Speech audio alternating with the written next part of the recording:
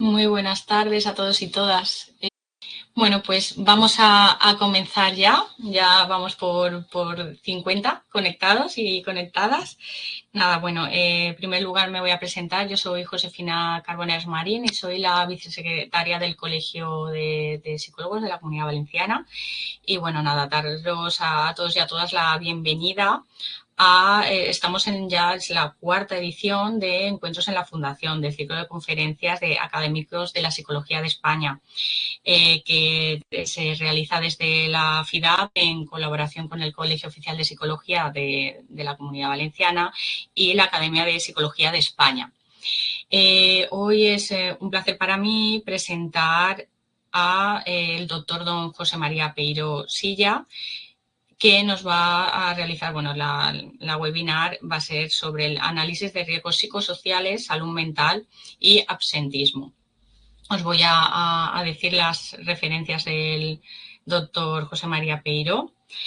El doctor José María Peiro Silla es profesor de Psicología Social de las organizaciones de la Universidad de Valencia y director fundador del Instituto de Investigación de Psicología de los Recursos Humanos, Desarrollo Organizacional y Calidad de Vida Laboral, académico de número de la Academia de Psicología de España, investigador del Instituto Valenciano de Investigaciones Económicas.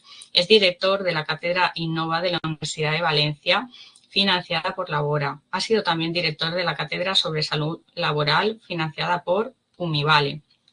Ha publicado más de 200 artículos en revistas científicas y unos 30 libros y monografías. Ha sido editor asociado de la European Journal of Work and Organizational Psychology y editor invitado de varios números monográficos de diversas revistas internacionales como Work and Stress.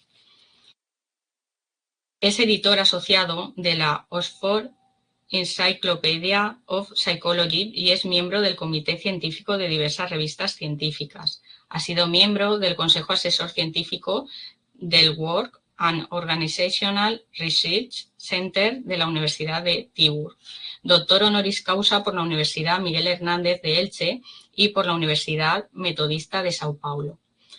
Ha recibido el premio Aristóteles de la EFPA, el premio Advanced International Research and Service del Consejo Internacional de Psicología y el premio José Luis Pinillos a la excelencia e innovación en psicología. Es de Psicofundación, miembro fellow de la Society of Industrial and Organizational Psychology y de la European Academy of Occupational Health Psychology. Profesor honorario de la Universidad Nacional Mayor de San Marcos de Lima y ha recibido la medalla de la Universidad de Almería y de la Universidad a Distancia de Madrid. Continuamos. También es miembro honorario de varias asociaciones científicas y profesionales. Perú, Chile, España. Ha sido presidente y past president de la International Association of Applied Psychology y miembro de la European Awarding Committee del certificado EUROSI. Ha sido presidente de la European Association of Work and Organizational Psychology y presidente de la ENOP. Los temas sobre los que ha realizado investigación incluyen clima y cultura organizacional y clima de seguridad, estrés laboral, socialización laboral de los jóvenes, desempleo juvenil, análisis de los riesgos psicosociales, etc. Es director del programa de doctorado sobre psicología de los recursos humanos y ha sido coordinador internacional del programa de máster Erasmus Mundus of Work, Organization and Personal Psychology, impartido por el consorcio de las universidades de Barcelona, Bolonia, Coimbra, París, etcétera. Bueno, este es el no breve currículum del doctor José María Peiro. Y nada, disculpadme un poquito por mi inglés. Y comenzamos ya con la webinar y nos vemos al finalizar para el coloquio, ¿de acuerdo? Podréis escribir en el chat vuestras preguntas y intentará el doctor contestar todas las que se pueda, ¿de acuerdo? Adelante con la webinar. Muchísimas gracias por asistir. Buenas tardes a todas y a todos. Es para mí un placer estar aquí de nuevo en este ciclo de conferencias organizado por la FIDAP en colaboración con la Academia de Psicología de España, y quiero agradecer, por tanto, la invitación que me han realizado también al Colegio de Psicólogos de la Comunidad Valenciana para participar en esta actividad que resulta siempre muy interesante y atractiva por las personas que participan y después por el coloquio que tendremos una vez yo haya finalizado mi presentación. Bien, el tema que me propongo desarrollar hoy es un tema que combina tres aspectos importantísimos para comprender en qué situación nos encontramos en relación con la salud mental y el trabajo. El primer aspecto tiene que ver con el análisis de los riesgos psicosociales. También se pueden caracterizar como fuentes de estrés en el trabajo. El segundo aspecto es cómo inciden esos riesgos en la salud mental. Y el tercero es cómo, cuando esa salud mental se deteriora, puede derivar en absentismo por incapacidad transitoria de problemas de salud. Este tema es especialmente relevante este año porque la Organización Mundial de la Salud ya hace unos 2 años desarrolló esta guía, y este año también le ha dado especial atención al Día Mundial de la Salud, prestando especial mundial al trabajo. Pero es que además la International Labour Organization también ha declarado este año como el Día Mundial de la Seguridad y Salud en el Trabajo. Por lo tanto, parece que hay una sensibilidad especial en los momentos que estamos viviendo, en especial después de la pandemia, y se va viendo cómo la problemática de la salud mental empieza a ser muy relevante para comprender el mundo del trabajo, el mundo de la empresa y el mundo del bienestar y la salud laboral, junto con el de la productividad en el trabajo. Los aspectos que me gustaría contemplar en esta charla son los siguientes. Primero, una breve introducción para resaltar la relevancia del tema y plantear y centrar el planteamiento de la cuestión. Después me ocuparía de desarrollar brevemente lo que son los riesgos psicosociales en el trabajo y cómo se evalúan y qué estrategias de prevención se están adoptando. El tercer aspecto que plantearía es la conceptualización de la salud mental y también caracterizar cómo se produce y cómo se desarrolla esa salud mental en el trabajo. El trabajo puede ser una oportunidad para promover la salud mental y puede ser uno de los factores que mejoran la salud mental. De ahí tenemos, por ejemplo, la terapia ocupacional, pero también puede ser una fuente de problemas para esa salud.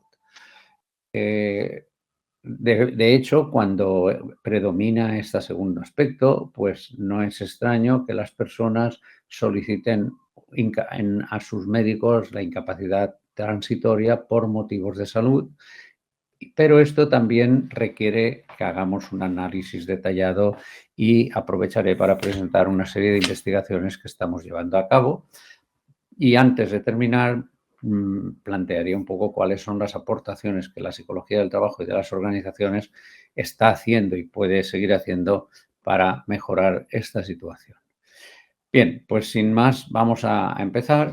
Yo creo que es un elemento que está preocupando ampliamente a todos los agentes sociales, a los responsables de la sanidad en nuestro país, a los empresarios, a los trabajadores, es que se está constatando un incremento de la incapacidad temporal, sobre todo, y ese incremento no solo es en general para cualquier tipo de enfermedad, sino que también se está produciendo, como veremos ahora luego, en el ámbito de la salud mental.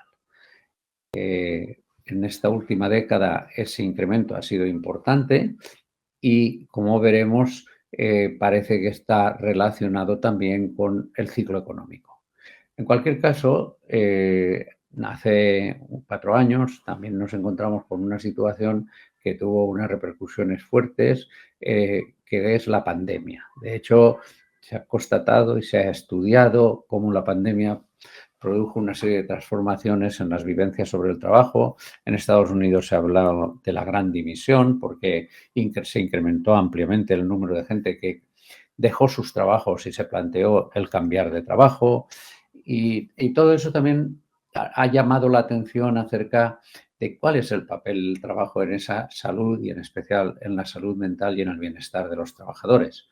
También se ve que la salud mental está resintiéndose porque, si a juzgar por el número de bajas de incapacidad transitoria, pues estas se han incrementado ampliamente y además se están alargando con una duración de más de 100 días de promedio de ese tipo de bajas. Si tomamos ese tipo de bajas como un indicador del impacto de los problemas de la salud mental, cabe señalar que, al parecer, el trabajo está teniendo unas repercusiones más importantes y negativas sobre el bienestar y la salud mental de los trabajadores y, lógicamente, eso está repercutiendo no solo sobre esa salud, sino también sobre la productividad de las empresas y el rendimiento de los propios trabajadores. Como decíamos antes, se puede ver que la tasa de incapacidad temporal en España, desde el 2007 hasta el 2023, pues ha tenido una evolución que, curiosamente, es inversa a la crisis económica y, por lo tanto, digamos, al crecimiento económico en nuestro país. En el 2007 estuvo la crisis económica y financiera muy importante que en nuestro país tocó suelo en los años 2013 y vemos cómo, según se iba, digamos, agudizando y teniendo mayores repercusiones la crisis económica, por lo tanto mayores tasas de desempleo, etcétera, pues las tasas de absentismo iban bajando. Pero, sin embargo, en la medida en que hemos ido recuperando el empleo y recuperando la productividad y digamos, la riqueza económica que se ha ido produciendo, pues de nuevo está al mismo tiempo aumentando la incapacidad temporal en nuestro país. Lógicamente, eso tiene una serie de repercusiones sobre los costes de seguridad social porque las prestaciones por incapacidad temporal, pues lógicamente gravan todo lo que es el fondo de la seguridad social, del cual también salen las pensiones. Si tratamos de aclarar esto a qué es debido, una posible interpretación y una de las posibles causas puede ser el que estén aumentando los riesgos en el trabajo, los riesgos laborales y, en especial, dado que nos estamos prestando especial atención a la salud mental, pues en especial los riesgos psicosociales. Pero es importante, para, digamos, clarificar bien esta cuestión, definir bien lo que es un riesgo psicosocial. Si miramos a la Real Academia Española, veremos que un riesgo es la contingencia o proximidad de un daño. Es la probabilidad de que pueda ocurrir un daño. Prevenir quiere decir conocer esos factores de riesgo para neutralizarlos o para amortiguar sus efectos.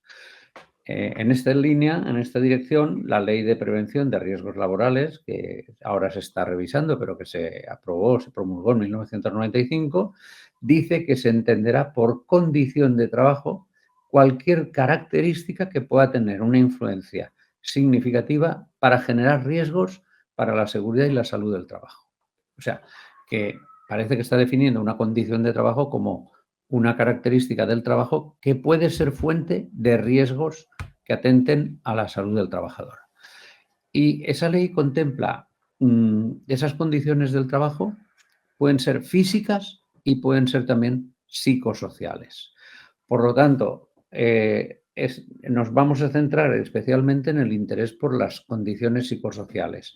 Y ahí la ley habla de, incluye la organización del trabajo, cómo se organiza y se ordena el trabajo.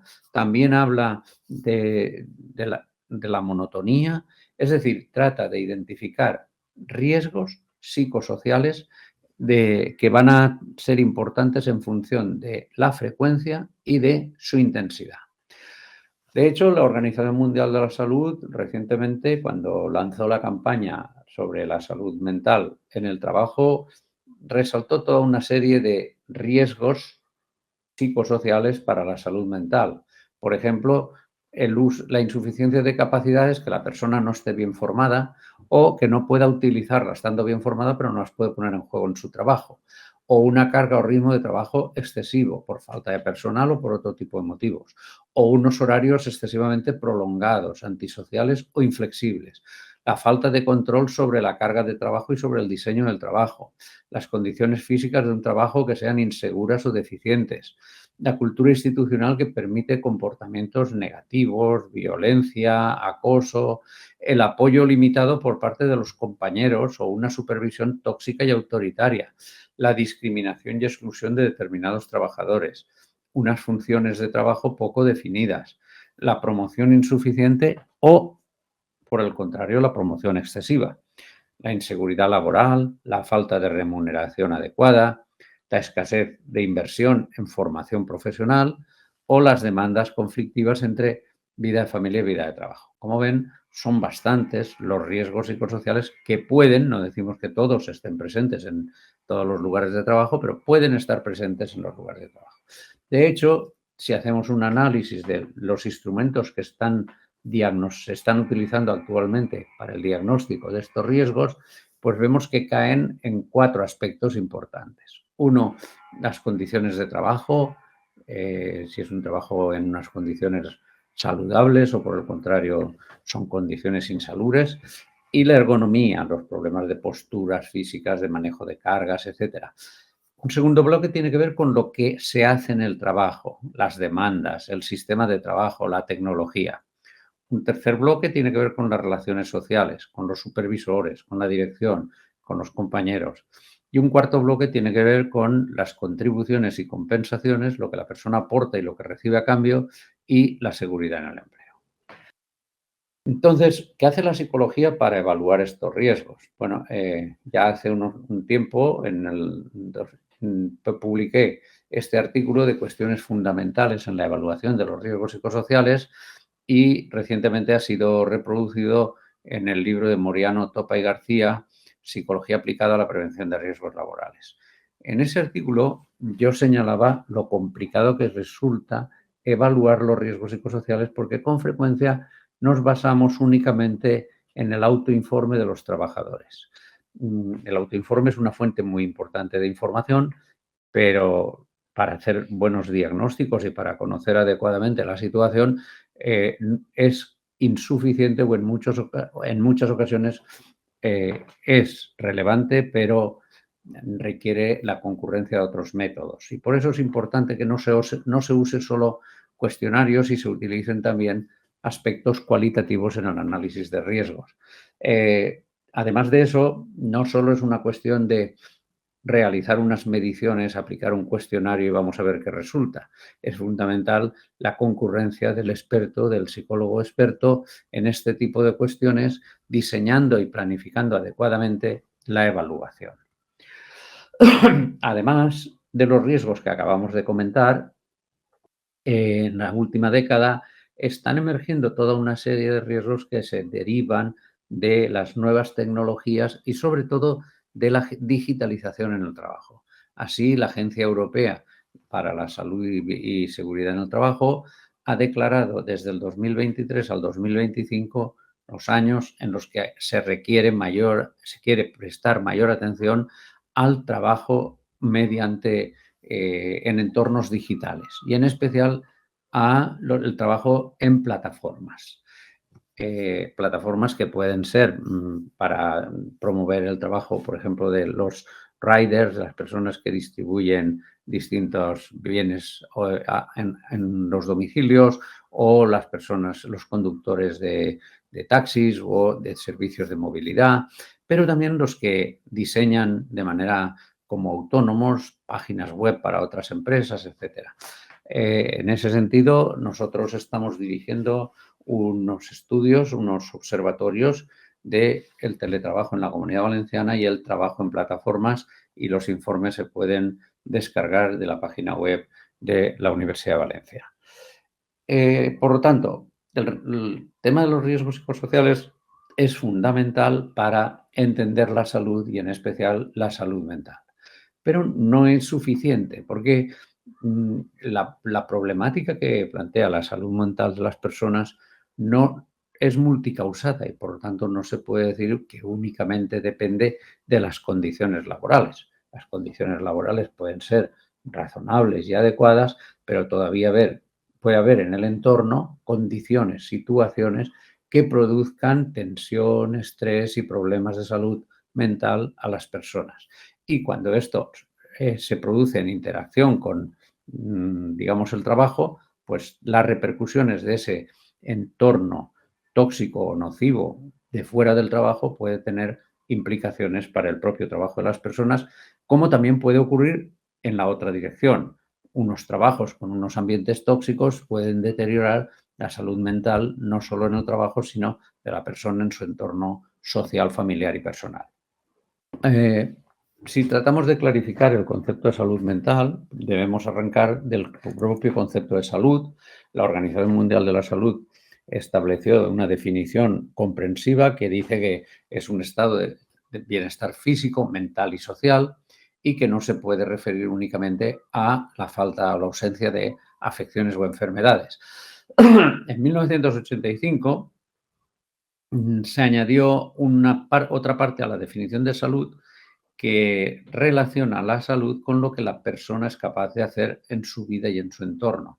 Y así dice que la salud es la capacidad de realizar el propio potencial personal respondiendo de forma positiva a las demandas y los problemas del ambiente. Si nos centramos en el concepto de salud mental, creo que quisiera llamar la atención, atraer la atención hacia este artículo de revisión que se publicó el año pasado de Kellaway, Dimoff y Gilbert, porque creo que es un artículo muy esclarecedor para todo lo que tiene que ver con la problemática de la salud mental en el trabajo. Estos autores señalan que la salud o la enfermedad no son dos polos dicotómicos y separados con toda claridad o blanco o negro, y establecen una serie de gama de colores entre la salud, aquí representada en un color verde, la enfermedad representada en un color rojo. No se trata de la enfermedad, la salud no es la ausencia de enfermedad, sino que hay que considerarla como un continuo. Estos autores nos definen salud mental como un estado de bienestar que va más allá de la ausencia de enfermedad, en el que las personas están generalmente satisfechas con su trabajo, pueden trabajar para conseguir unos fines y pueden contribuir a su comunidad. Por el contrario, en el polo de la enfermedad, pues se la caracteriza como un desorden psicológico diagnosticable, caracterizado por la presencia de síntomas que afectan significativamente a la conducta, a los estados de ánimo y al pensamiento o a la cognición. Y como pueden ver, ponen unos estados intermedios que van desde, en el lado de la salud, unas experiencias de plenitud como el flourishing, como el sentirse plenamente saludable. Después, pues otro aspecto que también es positivo es el bienestar, el encontrarse bien. Cuando ya está uno en un entorno, digamos, intermedio, pues estaría el sobrevivir, el sobrellevar la situación. Si se va ya basculando hacia la parte de la enfermedad, pues uno puede encontrar diferentes dificultades, como por ejemplo el burnout, la tensión psicológica. Y si eso se agrava y se pone, digamos, en unos niveles de ya claramente de enfermedad, pues tendríamos la enfermedad mental, los problemas, las crisis, etcétera. Bien, como vemos, el concepto de salud es complejo y tiene toda una gama de distintos colores. Y aquí pues podríamos brevemente mencionar cuáles son los problemas mentales y las enfermedades de salud mental, las enfermedades más comunes en salud mental. Y así, pues uno de las problemáticas, que no es propiamente una enfermedad, pues es ese estado prolongado de angustia caracterizado por una salud mental deteriorados, que es lo que se ha descrito como tensión psicológica, o el burnout, que es ese estado de agotamiento emocional, mental y a veces físico por un estrés prolongado. La depresión, que ya es un problema mental que se diagnostica como una depresión mayor o depresión clínica, un estado de ánimo que provoca un sentimiento de tristeza y de pérdida de interés. La ansiedad, que se caracteriza por emociones crónicas de miedo, preocupación o apreciación que dificultan la capacidad de funcionar normalmente, y también los trastornos por usos de sustancias, enfermedades que pueden tener secuelas mentales y afectan al comportamiento, llevándolo a una incapacidad para controlar el uso de esas sustancias. Estos serían como los problemas mentales y las enfermedades mentales más habituales y que reciben con mayor frecuencia diagnóstico. La OMS ha relacionado la salud mental con el trabajo diciendo que si el trabajo es un trabajo de calidad, tiene efectos positivos para la salud mental. Pero analizando la situación en el mundo, pues se constata que los entornos laborales deficientes, que dan cabida a la discriminación y a la desigualdad, a unas cargas de trabajo excesivas, a un control insuficiente del trabajo por parte del trabajador, pues todo esto son las fuentes que contribuyen a que haya unas problemáticas de salud mental en el trabajo. De hecho, pues hay distintas estimaciones de las personas en edad de trabajar que tienen problemas mentales. En el 2019 la OMS lo estima en el 15%, y a nivel mundial se estima que las pérdidas son importantísimas en términos de salud y problemas de los trabajadores y en términos de productividad. También se reconoce en este informe al que estoy haciendo referencia que la psicología puede aportar una importante contribución a la prevención de los riesgos de salud mental. De todos modos, como ya he dicho al principio, estos riesgos están aumentando y se están incrementando las bajas psicológicas desde 2016 a 2023. De hecho, mayo del 2023 ha sido el mes con más bajas registradas por salud mental en nuestro país y pueden ver allí la tendencia claramente creciente, y también pueden ver aquí que los trastornos mentales y de comportamiento son la tercera enfermedad con más días perdidos, la tercera causa de baja más duradera, teniendo una duración de 108 días solo por detrás de los tumores y de las enfermedades del aparato circulatorio. Esto también que son, por ejemplo, pues lo que tiene que ver con los infartos de miocardio, etc. Bien, lo siguiente que queremos señalar es que en esas bajas, pues los trastornos mentales están suponiendo un 16,32% en el año 2022. El problema de la salud mental tiene además una derivación o un componente importante si los psicólogos queremos contribuir adecuadamente a su tratamiento en el mundo de la empresa. La salud mental tiende a estar estigmatizada con más frecuencia que la salud física, y Goffman ya definió un estigma como un atributo desacreditador que reduce a los individuos de una persona completa y usual a una contaminada y descontada. Es decir, las personas tienen miedo de decir o de reconocer o de manifestar que tienen un problema de salud mental, porque ello podría llevarle y traerles consecuencias negativas para ellos por miedo a ser discriminados. Y por eso muchas veces las personas niegan o no buscan ayuda por este tipo de temores. Por lo tanto, es importante que se entienda bien que este mecanismo del estigma, con el fin de reducirlo y de apoyar a los empleados a que busquen ayuda, y las empresas tienen que apoyar este tipo de apoyos y de tratamientos en las empresas. De hecho, ya hay iniciativas y ya hay estudios y programas que entrenan, por ejemplo, a los mandos intermedios, etcétera, a reconocer signos de deterioro de la salud mental y del bienestar de los trabajadores. Y así, pues, los llantos y las quejas pueden ser un indicador de angustia emocional, o el retraimiento, o los cambios en la asistencia al trabajo, o las reducciones en el rendimiento, o los comportamientos extremos. Todo esto son signos que pudiera indicarnos que esta persona está necesitando de un apoyo y de un tratamiento para superar o para mejorar. Primero diagnosticar y posteriormente ayudar en esos problemas de salud mental. Bien es cierto de que en estas sesiones de formación o de entrenamiento de los mandos intermedios, etcétera, se deja bien claro que el conocimiento de estas alertas no permite ningún tipo de diagnóstico ni de etiquetado sobre los problemas de salud mental de una persona, sino que solo son como unas señales que pudieran ser utilizadas para animar a esta persona o de alguna manera a buscar apoyo, o para que la empresa le pudiera ofrecer ese tipo de apoyo. Es importante también clarificar el concepto de bienestar. El bienestar es importante para la salud mental porque implica ese estado de salud mental bastante desarrollado y pleno, y por lo tanto, pues se manifiesta también con estados de felicidad y experiencias emocionales agradables.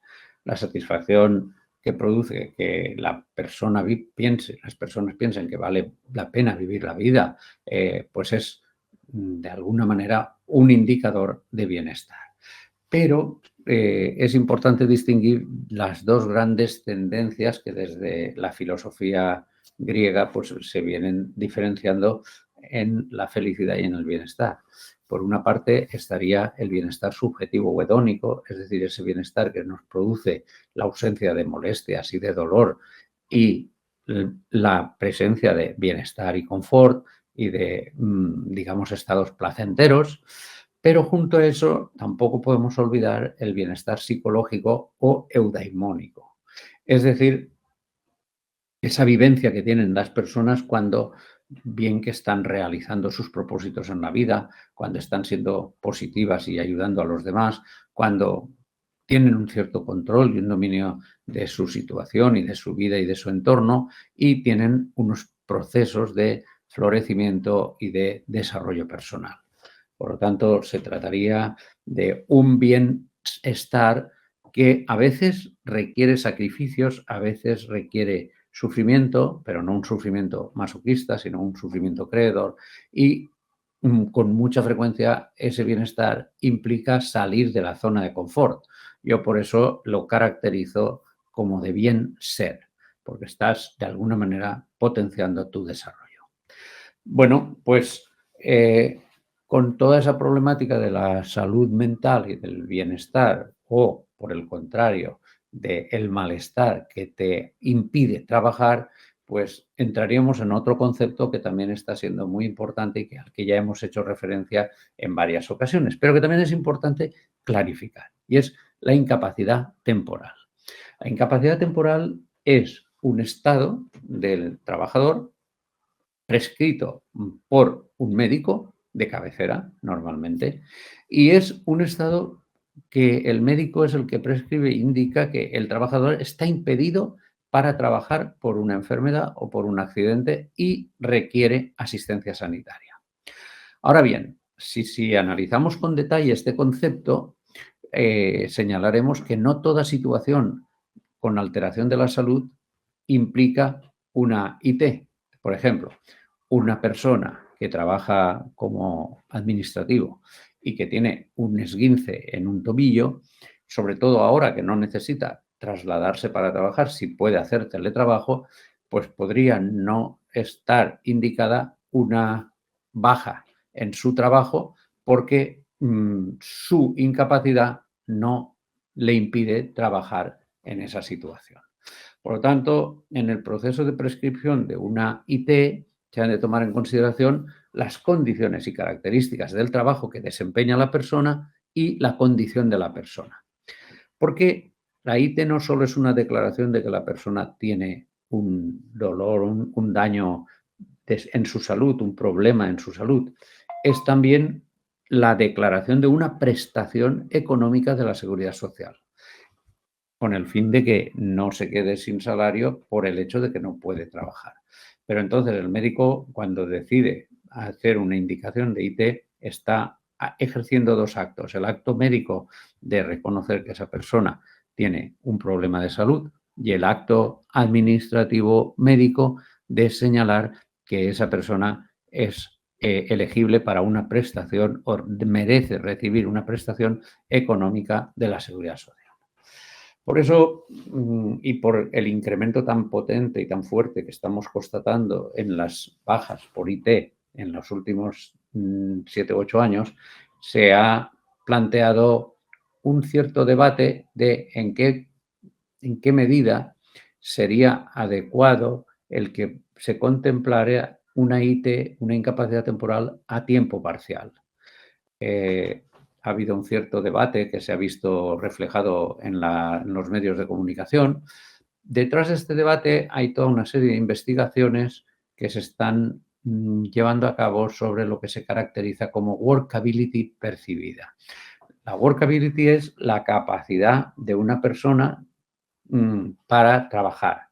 Esa capacidad de una persona para trabajar la puede determinar un experto, pero la propia persona también puede, digamos, en función de su propia percepción, de su estado de salud y de su estado, digamos, físico, pues puede pensar que está parcialmente en forma o en condiciones de trabajar, aunque no esté en sus mejores momentos. Y ese es el concepto de capacidad percibida. Es un constructo multidimensional que evalúa la percepción de la capacidad de una persona para cumplir con las demandas físicas o cognitivas o sociales o emocionales en el trabajo. De hecho, un instrumento que se ha desarrollado recientemente y que nosotros estamos adaptando a la población española evalúa 4 distintos tipos de capacidad percibida para el trabajo: la física, la cognitiva, la emocional y la social, y ello nos puede ser muy útil a la hora de determinar, digamos, el estado de la persona y el grado en que esa persona pues necesita y requiere y es conveniente para ella y para su recuperación tener una incapacidad temporal con ausencia total del trabajo, o si durante un determinado periodo esa ausencia, si solo fuera parcial, pudiera contribuir a mejorar su incorporación y su adaptación a la vuelta al trabajo después de una IT. Bien, para analizar estas cuestiones hemos desarrollado un programa de investigación en colaboración con la mutua Univale Activa, y en los años desde el 2017 al 2019 hicimos en primer lugar un análisis cualitativo con múltiples focus group, grupos focales, y hemos publicado 4 informes que se pueden encontrar en la página web de Univale Activa. Ya antes de la crisis del 2008, del 2007-2008, estuvimos trabajando durante 3 años sobre esta temática y publicamos un libro que es el que tienen aquí en la pantalla, El absentismo laboral, antecedentes, consecuencias y estrategias de mejora, y posteriormente tienen los 4 informes, que el primero hemos analizado cómo los distintos actores sociales, sindicatos, patronal, trabajadores, empresarios, médicos, inspectores de trabajo, inspectores médicos, como todos ellos en esos grupos focales nos han analizado distintos aspectos de la incapacidad temporal por motivos de salud. Y entonces en el primero hemos analizado la crisis, luego el uso, la falta de uso y el abuso de la IT. El tercero era el papel que juegan los actores de los distintos elementos relevantes en el sistema de salud. Y el cuarto, que era recomendaciones y que presentamos en la sede del Consejo Económico y Social en el año 21. Bien, una vez ya hemos analizado los aspectos cualitativos, faltaba prestar atención más en detalle al análisis cuantitativo. Entonces, en colaboración con el IBIE, Umivale Activa, ha planteado un estudio que estamos llevando a cabo actualmente, en el cual el Instituto Nacional de Seguridad Social nos ha permitido el acceso a lo que se conoce como sala segura, porque se puede tener acceso a los datos desde el 2016 al 2024 de todos los episodios que se han producido de absentismo en esos años, ascienden a más de 62 millones de episodios, y allí podemos hacer un análisis de esos datos extrayendo las conclusiones y los datos analizados, pero nunca los datos en bruto, nunca los datos individuales. Hemos sacado ya lo que se llaman 4 notas breves en los que vamos resaltando diversos aspectos de esos análisis. También los tienen a su disposición en la página web de Umivale Activa, y también Umivale ha iniciado ya toda una serie de análisis entre las empresas que están afiliadas a ella sobre buenas prácticas que están llevando a cabo esas empresas para mejorar las tasas de incapacidad transitoria. Y eso se ofrece como portal de buenas prácticas. El modelo que estamos desarrollando plantea que entre el uso adecuado y el abuso por simulación o por otro tipo de motivos de la IT, pues cabe una serie de gama de grises que puede hacer más o menos apropiado ese uso. Por otra parte, el no uso, es decir, el presentismo, o sea, que las personas van a trabajar cuando no debieran porque realmente están enfermas, pues entre el uso adecuado y el no utilizar el absentismo, por el motivo que sea, esa persona no quiere que se le dé una baja y por lo tanto no declara que está enferma, pues también nos parece que ahí hay una gama de grises que hay que estudiar. El modelo que hemos desarrollado plantea lo siguiente. Por una parte, el trabajador, cuando no se encuentra bien o cuando ve que no está capacitado para trabajar, pues está en esa situación entre salud y patología, pues él puede en un determinado momento etiquetarse como enfermo. Este es un proceso importante porque solo cuando se autoetiqueta como enfermo suele acudir al centro de salud para ver si el médico también le confirma esa situación que él tiene, el que piensa que es que no debiera ir a trabajar. Por lo tanto, en la mayor parte de las incapacidades temporales hay la acumulación de 2 decisiones. La decisión del trabajador, que puede estar influida por factores que le llamamos push, por ejemplo, malas condiciones de trabajo que hacen que el trabajador si no se encuentra muy bien, prefiera no ir a trabajar. Pero también hay factores pull, por ejemplo, condiciones familiares o de otro tipo que hacen que le impiden o que le tiran al trabajador para que no vaya a trabajar. En esa situación, nosotros analizamos y eso es lo que hemos ido viendo en el análisis cualitativo, pues la situación en la cual se va produciendo una baja, y esa doble decisión también se suele producir cuando se da o se produce la decisión del alta. Por lo tanto, la incapacidad temporal puede ser más o menos larga, puede estar justificada, pero podría no estarlo y ser el resultado de un planteamiento fraudulento o incluso de un planteamiento, digamos, de simulación, simulando estar enfermo cuando en realidad no se está, y el doctor pensar que sí lo está y dar la baja. Y lo mismo ocurre con el acta. Por lo tanto, en las empresas es muy importante todas este tipo de actuaciones. La actuación de la prevención, la actuación la curación cuando esa persona está enferma, la actuación del control y la actuación de la reincorporación, cuidándola y adaptando esa situación de reincorporación. En los análisis que hemos hecho muestran que todo ese proceso está influido por toda una serie de aspectos. Aspectos económico-legales, como por ejemplo la situación de la negociación colectiva.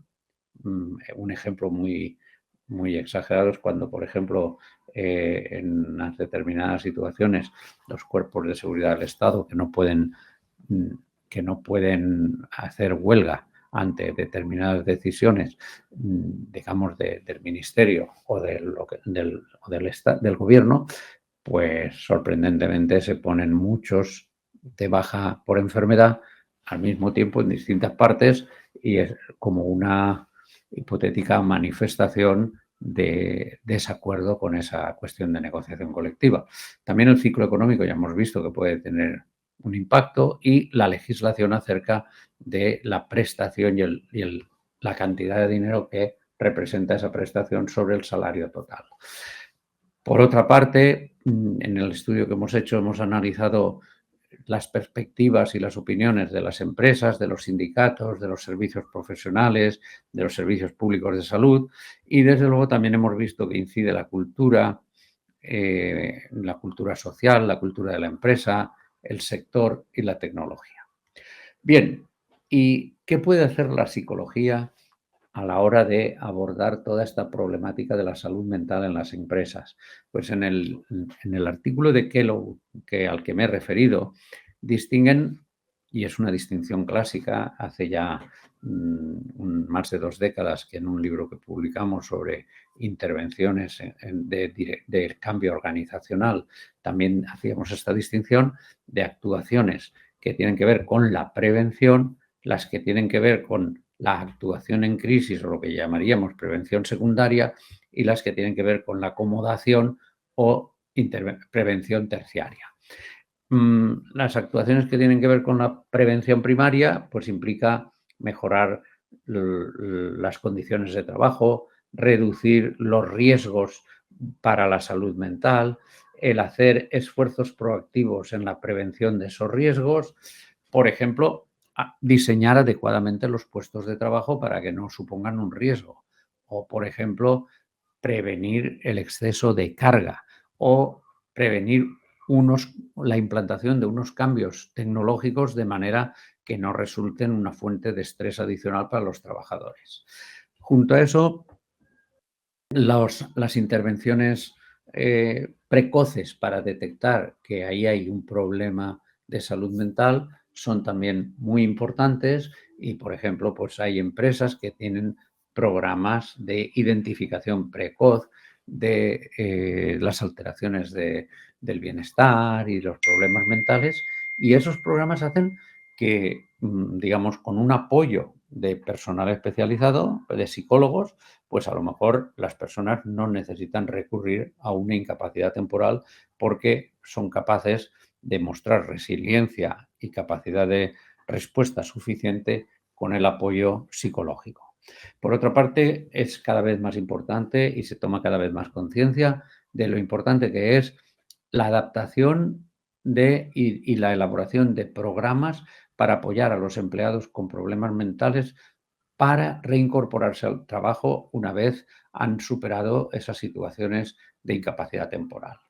Bien, la psicología del trabajo tiene un gran volumen de herramientas para prevenir los riesgos psicosociales en el trabajo, un buen diseño de puestos, una selección adecuada para los distintos puestos, una formación que capacite a las personas para controlar mejor la situación y las demandas laborales, un desarrollo de la dirección de personas estas personas den, los supervisores, los mandos intermedios, los directores, den un servicio de dirección competente y un trato respetuoso a las personas, el rediseño de la estructura de la organización de manera que sea más friendly, más amistosa a la hora de promover la salud mental, las políticas de conciliación entre vida de trabajo y vida de familia, las políticas de desarrollo, equidad, de diversidad, equidad e inclusión en las prácticas de recursos humanos, el que las empresas tengan políticas y protocolos adecuados sobre violencia y acoso en el trabajo, sobre, digamos, una aproximación de género, el cuidado con el clima organizacional, la introducción de las nuevas tecnologías y la adaptación y el diseño de tecnologías a las personas, y todo eso no solo a nivel individual, sino también a nivel colectivo. Junto a esto, es muy importante que las empresas promuevan la responsabilidad y el autocuidado de los trabajadores.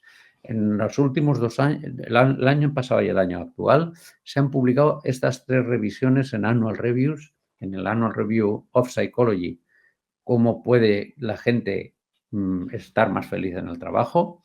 Es muy interesante ver cuál es la evidencia empírica que ayuda a planificar mejor las intervenciones organizacionales, y también estas 2 revisiones sobre salud mental en el lugar de trabajo, que es la que he estado utilizando al presentar esta conferencia, Kelvin Kellaway, y otra también de cómo los propios trabajadores pueden, en función de lo que se sabe que mejora el bienestar, pueden ir adaptando las condiciones en las que trabajan para promover y optimizar esa situación de bienestar. Es lo que se conoce también como autocuidado. Los trabajadores también tienen la responsabilidad de cuidar de su salud y de procurar que sus experiencias dentro y fuera del trabajo sean saludables y que produzcan salud y que además prevengan los posibles riesgos. En fin, en resumen, y para terminar, yo he querido de alguna manera señalar la complejidad de las cuestiones que están a la base para entender por qué estamos en una situación social y en una situación laboral en la que están aumentando la salud, los problemas de salud mental en los trabajadores. Creo que hay unos riesgos psicosociales que se han de evaluar y analizar mejor. Creo que es importante que conceptualicemos y avancemos en el análisis de los problemas de salud mental y del bienestar en el mundo del trabajo, y creo que es fundamental que se gestione adecuadamente las incapacidades temporales y se analicen los costes y las consecuencias para la salud de los trabajadores y para la productividad de la empresa. Están produciéndose una serie de transformaciones en el mundo del trabajo, pero es fundamental que haya un análisis científico riguroso que dé luz para el diálogo que se está desarrollando sobre estas cuestiones entre distintos actores y grupos de interés en la sociedad: sindicatos, patronal, empleados, trabajadores, empresas, etcétera. Se está revisando la legislación y es fundamental que en esa revisión las aportaciones de la psicología del trabajo y de las organizaciones, y también de la psicología en general, sean reconocidas y sean conocidas y reconocidas para que los nuevos planteamientos contribuyan a mejorar la situación. Se trata de una tarea colectiva con toma de conciencia y responsabilidad de todos. Con ello doy por finalizada mi presentación, quedo a su disposición para las preguntas y les doy las gracias por su atención. Muchas gracias. Bueno, espero que os haya gustado. Enseguida conectamos con el doctor José María, ya lo tenemos aquí. Muy buenas tardes y bienvenido. Muchas gracias, buenas tardes y saludos a todos y todas las que están en la audiencia. Muchísimas gracias por esta webinar tan enriquecedora. Muchas gracias. Vamos a comenzar ya con el chat. Yo quiero abrir un poco esta rueda de preguntas con un par de preguntitas y bueno, iré contestando transmitiendo todas las que pueda, las que nos dé tiempo a contestar. Quería comenzar, doctor, preguntándole cuáles son los principales retos para las pymes en cuanto al análisis y prevención de riesgos psicosociales. Muy bien, pues muchas gracias. Vamos a ver, yo creo que es una evidencia, porque hay datos de toda Europa, no solo de España, a través de una encuesta, la encuesta se llama SNER, con 2 S, de que las pymes suelen cumplir o desarrollar menos actividades en el marco de la normativa preventiva. Es menos frecuente que las pymes proporcionalmente realicen análisis de riesgos psicosociales y también que formalicen estrategias de prevención. Nosotros estamos haciendo un análisis de por qué puede ser eso y una de las cosas que es fundamental es caer en la cuenta que en muchas ocasiones las metodologías establecidas y los planteamientos establecidos, incluso en las normativas, no están adecuadas para las demandas y la situación de las pymes. Y, por lo tanto, cuando estableces una norma pero no proporcionas los recursos y el asesoramiento, pues crea problemas. Nosotros estamos desarrollando un proyecto con la patronal de pymes en Cataluña, PIMEC, y en ese proyecto estamos llevando a cabo de una manera, podríamos llamar experimental, la realización de análisis de riesgos psicosociales y una vez lo realizamos con los métodos al uso establecidos por el Instituto Nacional de Salud y Seguridad en el Trabajo, tenemos una entrevista con las personas que representan a las pymes que están participando para ver cuáles son sus dificultades, lo que no les encaja y creemos que es importante que se tome en consideración que para que las pymes puedan llevar adelante esos compromisos y esas obligaciones hay que proporcionarles la metodología. Vemos que cuando se les proporciona asesoramiento, apoyo, se les ayuda a preparar las herramientas, se les ayuda a interpretar los resultados de las herramientas, las pymes le ven una utilidad importante a realizar este tipo de actividades. Y además le ven implicaciones para actuaciones que ellas, las empresas, ven que sí que podrían hacer para tener una actividad preventiva. Por lo tanto, ahora que se está revisando la ley y que uno de los aspectos que se ha planteado en la revisión es precisamente cómo estimular la participación y el cumplimiento de las obligaciones legales por parte de las pymes, esto es un elemento fundamental. Muchísimas gracias.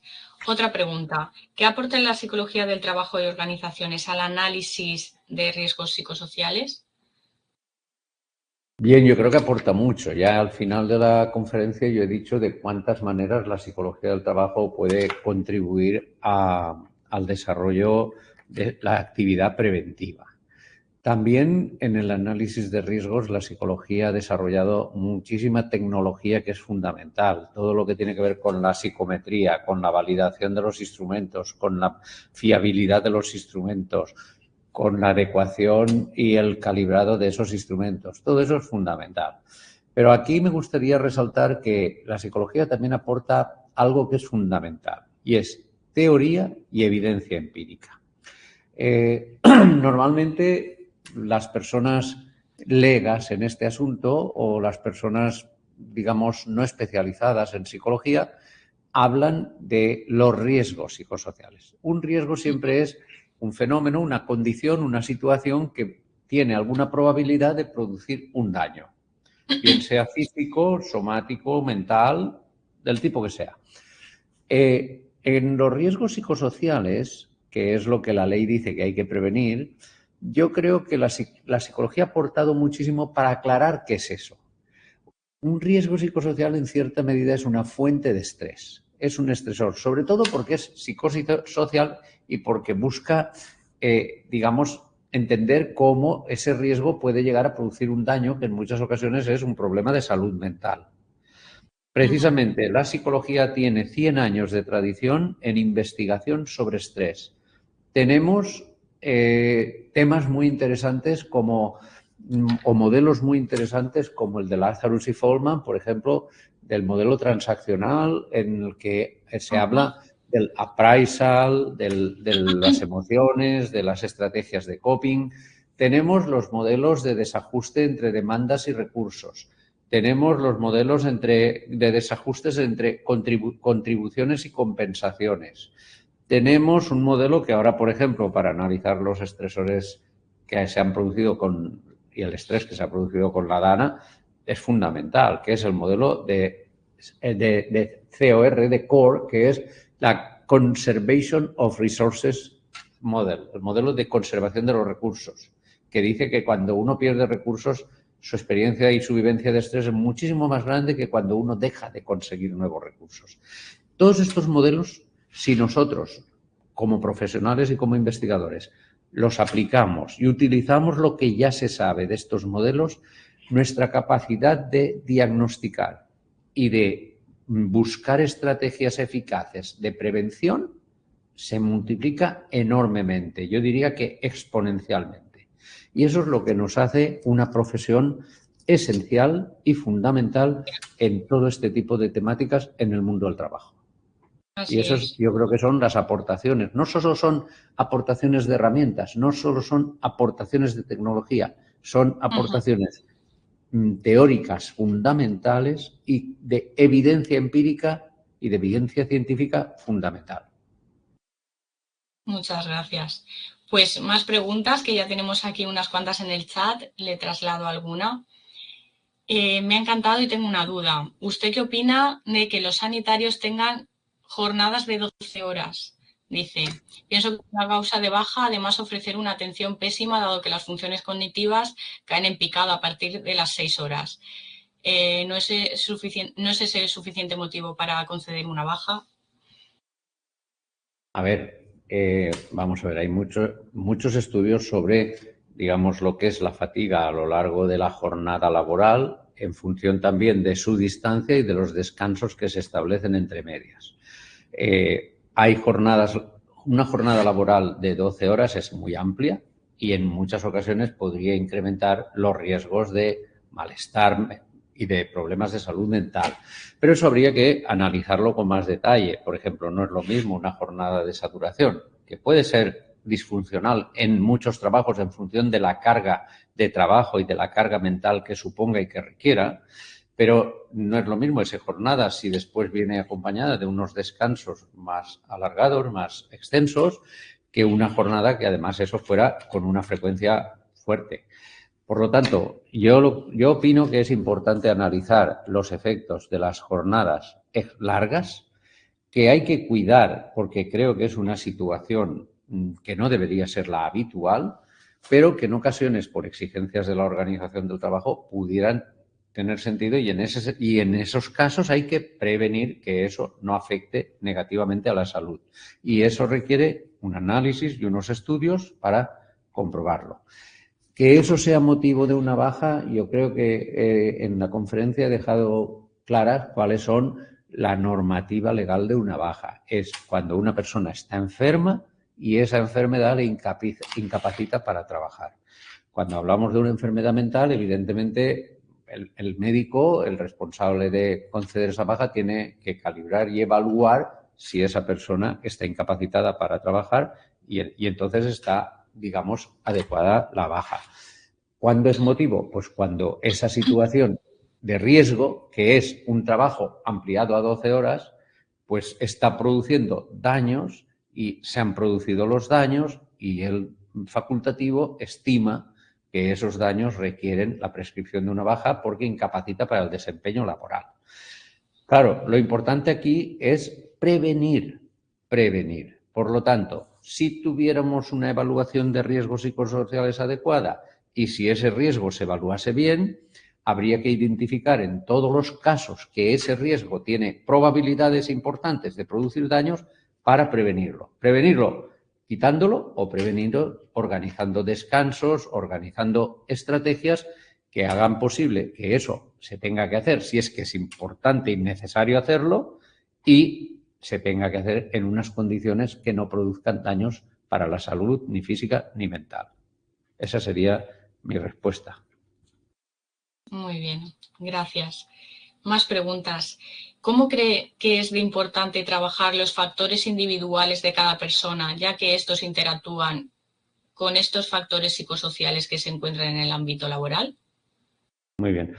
Creo que esta es una pregunta importante, bueno, como la anterior también, y es, efectivamente, la ley ya contempla eso. Hay personas especialmente vulnerables ante los riesgos y eso podrían ser factores personales relevantes para esto. Por ejemplo, una persona con una disfuncionalidad funcional, pues discapacidad, requeriría digamos, un incremento de la prevención para esta persona. ¿Por qué? Porque tiene un nivel de vulnerabilidad mayor.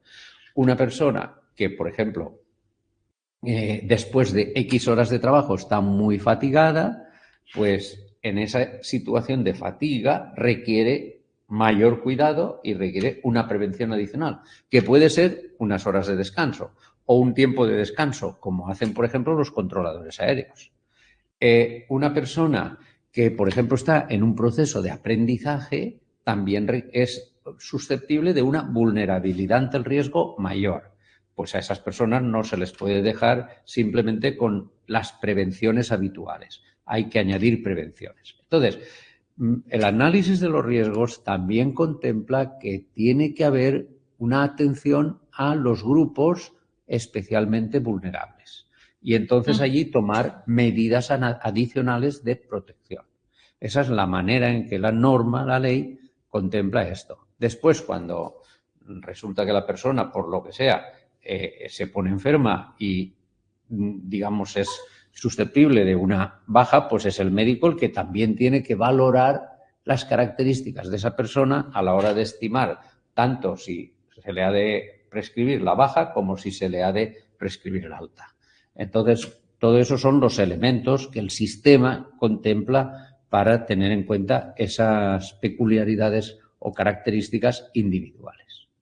El tema es que después eso se implemente de una manera apropiada y con los conocimientos de los profesionales apropiados. Claro, muy bien. Más, para una baja por ansiedad o depresión, ¿cómo se podría mejorar ese análisis de diagnóstico? Ya que para una baja solo hace falta que te la dé el médico de familia que no es especialista en estos temas. Pues ese es el tema. Bueno, Claro, ese es primero el tema. se podría mejorar porque se anticipase sin necesidad de llegar a la baja con una detección precoz, y en eso hay programas. Hay programas que están, que tienen servicios psicológicos, son de psicología en este caso, de psicología clínica, psicología de la salud, y son programas que detectan porque tienen un sistema de colaboración con la empresa y la empresa dice, nos parece, da la impresión de que es esta o esta persona, y incluso el supervisor o alguien que tiene confianza con esa persona dice, podrías buscar ayuda si quieres en esto o en aquello. Pero entonces hay programas incluso de entrenamiento de los mandos intermedios en detección de signos o de señales, lo cual no es diagnóstico, hay que dejar también bien claro que eso no es, pero que pudieran en ciertos casos prestar una ayuda sugiriendo la posibilidad de buscar ayuda especialista. Por otra parte, esas empresas en las que yo estoy pensando y que conozco, pues tienen unos subcontratados unos servicios con psicólogos que realizan unos programas de apoyo a las personas en situaciones, digamos, de dificultad y de algún problema de salud mental. Por lo tanto, eso es una cosa. La siguiente cosa es importante que se dé más recursos y más tiempo para el diagnóstico de esos problemas de salud mental y la determinación de si requieren o no requieren una prescripción de una baja. Allí yo creo que los servicios de salud deberían incorporar a los servicios, los psicólogos sanitarios, porque bueno, pues ya sabemos que son muy escasos y desde luego pues parece que no llegan a este tipo de prestaciones. Yo creo que un buen diagnóstico sería fundamental, pero tanto como un buen diagnóstico, porque en muchas ocasiones ocurre que un médico da la baja por problemas de salud mental, pero después, ¿qué prescribe? Pues a lo mejor unos fármacos.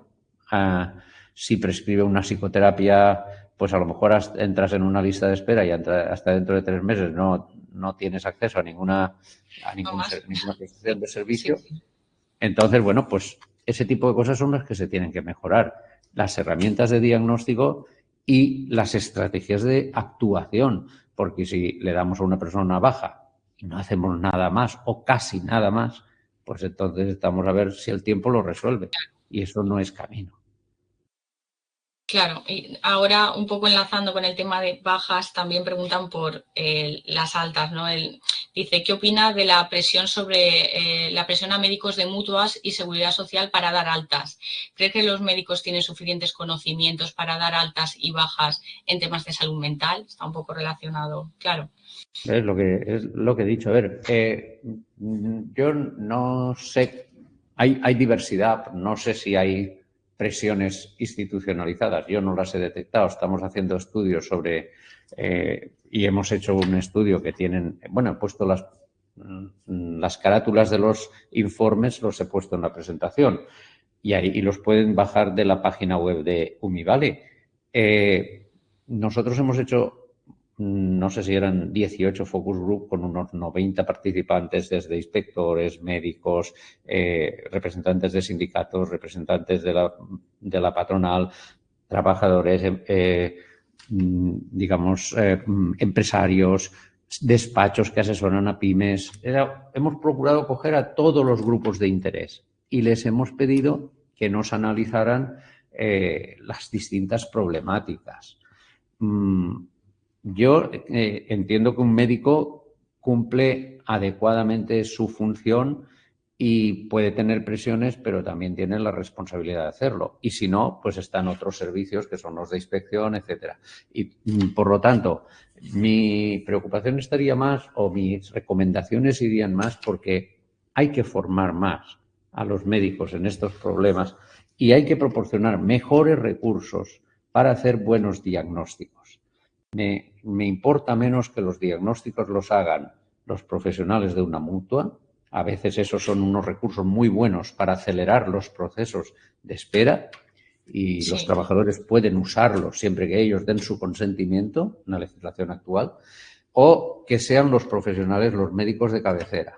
La cuestión es que estén preparados para diagnosticar el problema de salud y para determinar si el problema de salud incapacita para realizar el trabajo. Porque a veces el trabajo forma parte de la solución para ese problema de salud mental, más que, y a lo mejor una, digamos, incorporación al trabajo progresiva cuando ya la persona se ha recuperado y tiene un cierto control de la situación, pues a lo mejor le ayudaría, sobre todo si se prepara la adaptación para la reincorporación. Luego, el problema ya no es la decisión de la baja o la decisión del alta, es todo lo que la acompaña y todo lo que acompaña profesionalmente a que eso ocurra para mejorar la situación. El proceso. Totalmente de acuerdo, muchas gracias. Pues creo que, bueno, creo que ya no me queda ninguna pregunta por trasladar, sí que, bueno, excelente presentación, gracias, le dan las gracias, gracias por la exposición, muy interesante, gracias por su tiempo, muy didáctico, le dan las gracias muchas gracias, muy interesante, le agradecen enormemente la exposición que ha realizado. Y bueno, creo que ya hemos terminado con la ronda de preguntas, así que muchísimas gracias. Si quiere decir alguna cosa más. Mi agradecimiento también a todas las personas que han hecho ese tipo de comentarios y todos los comentarios que se hayan hecho y también a las preguntas que han planteado y sobre todo mi deseo de que entre todos vayamos generando conciencia de lo importante que es la salud, también la salud mental en las empresas.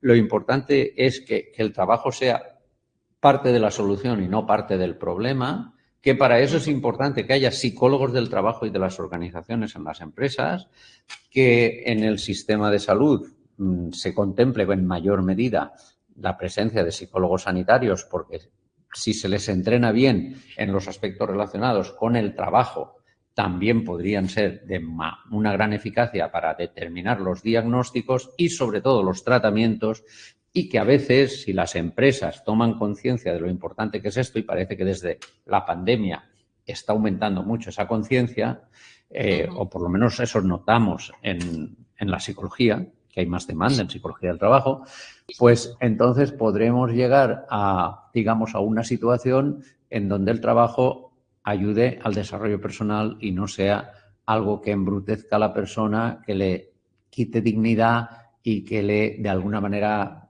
le haga hasta alienarse. A mí me gusta mucho contar esa viñeta de Mafalda, que llega el papá todo destrozado del trabajo y Mafalda dice, mira mamá, enviamos un papá a la oficina y mira lo que nos devuelve. O sea, ni su hija lo reconoce, luego ahí hay alienación en el sentido, en todos los sentidos del término. Por lo tanto, yo creo que la psicología puede contribuir enormemente a esto y creo que todo lo que hagamos entre todos por incrementar la conciencia de que esto es un aspecto importante, pues será algo que irá en beneficio de las empresas, de los trabajadores y de la sociedad. Y en esas estamos. Muchas gracias a todos por la participación. Muchísimas gracias. Muchas gracias por el coloquio a todos y muchas gracias por la exposición. De verdad, un verdadero placer de tenerle de nuevo aquí. Gracias. Que vaya muy bien y muchas gracias a todos por asistir. Adiós. Gracias. Adiós, adiós.